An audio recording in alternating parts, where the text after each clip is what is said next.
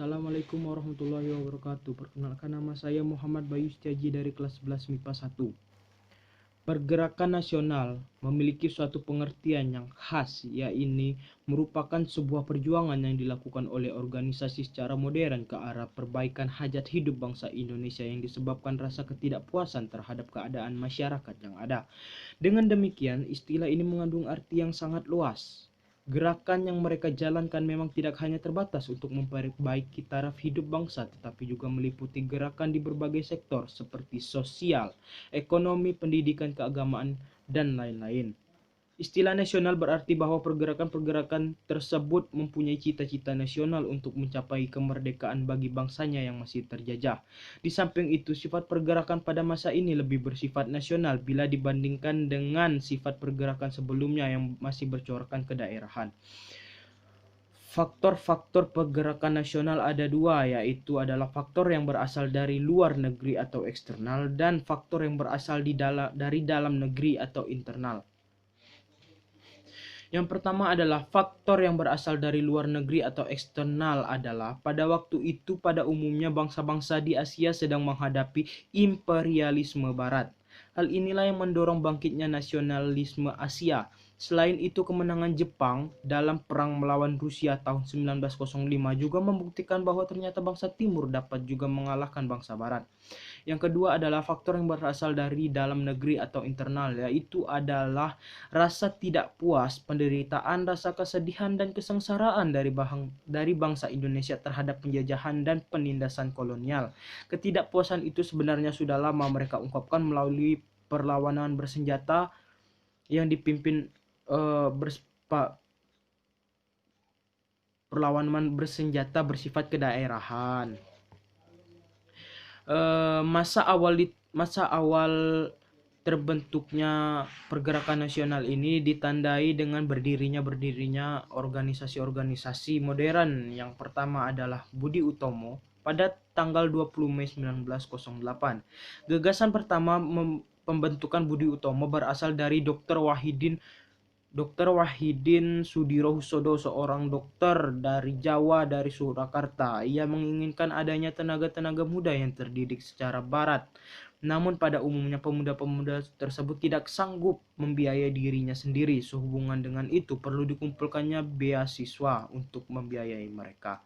Pada tahun 1908, Dr. Wahidin bertemu dengan Sutomo, pelajar Stovia. Dr. Wahidin mengemukakan gagasannya pada pelajar-pelajar Stovia dan para pelajar tersebut menyambutnya dengan baik.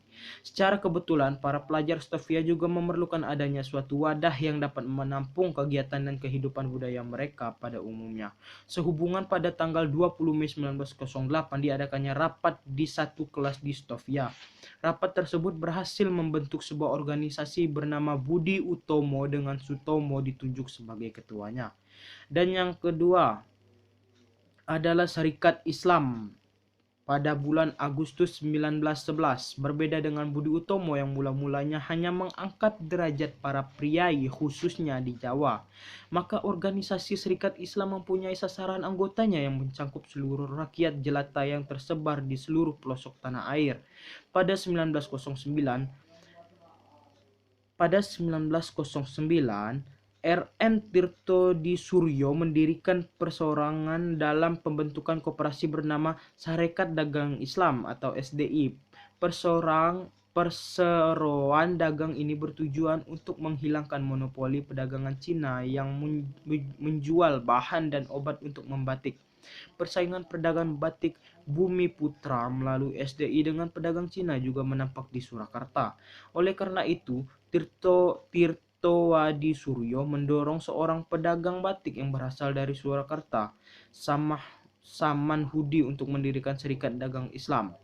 Setahun setelah berdiri, Serikat Dagang Islam tumbuh dengan cepat menjadi organisasi raksasa. Sekitar akhir bulan Agustus 1911, nama Serikat Dagang Islam diganti menjadi Serikat Islam atau SI. Yang ketiga, Muhammadiyah, 18 November 1912. Pada tanggal 18 November 1912, Muhammadiyah didirikan oleh Kiai Haji Ahmad Dahlan di Yogyakarta. Organisasi Muhammadiyah bergerak di bidang pendidikan, sosial dan budaya. Muhammadiyah bertujuan untuk memurnikan ajaran Islam dalam pelaksanaan hidup sehari-hari agar sesuai dengan Al-Quran dan hadis. Muhammadiyah berusaha memberantas semua jenis perbuatan yang tidak sesuai dengan Al-Quran dan hadis. Yang keempat, Indispart atau IP pada tahun 1912. Organisasi yang sejak berdirinya sudah bersikap radikal adalah Indispart. Organisasi ini dibentuk pada tanggal 25 Desember 1912 di kalangan orang-orang Indo di Indonesia dipimpin oleh Does Dekker.